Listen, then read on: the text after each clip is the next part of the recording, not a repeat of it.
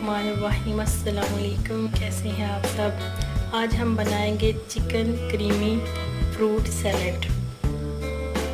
उसके लिए जिन चीज़ों की ज़रूरत है वो ये है। एप्पल लिया मैंने, उसका छिलका उतार दिया है, क्यूब्स की शेप में काट लिया। मैंगो को लिया, क्यूब्स की शेप में काट लिया। चिकन लिया है, चिकन को गलाकर छोटे पीस कर लिए हैं। अंगूर, बंद गोभी बारीक कटी हुई,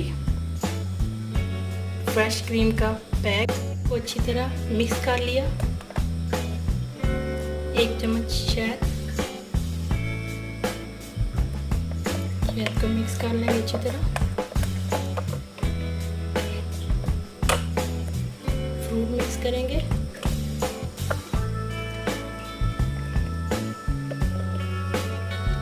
चिकन, आप कोई से भी फ्रूट जो आपको पसंद है वो शामिल कर सकते हैं। अच्छी तरह मिक्स करेंगे। अब इसमें ड्राई फ्रूट मिक्स करेंगे। 4 मगज, बादाम बारीक कटे हुए, पिस्ता बारीक कटा हुआ शामिल करेंगे। ड्राई फ्रूट को मिक्स करेंगे अच्छी तरह। ये देखेंगे सैलेड तैयार है। बिल्कुल बहुत ही आसान है, आप घर में बना के ट्राई करें।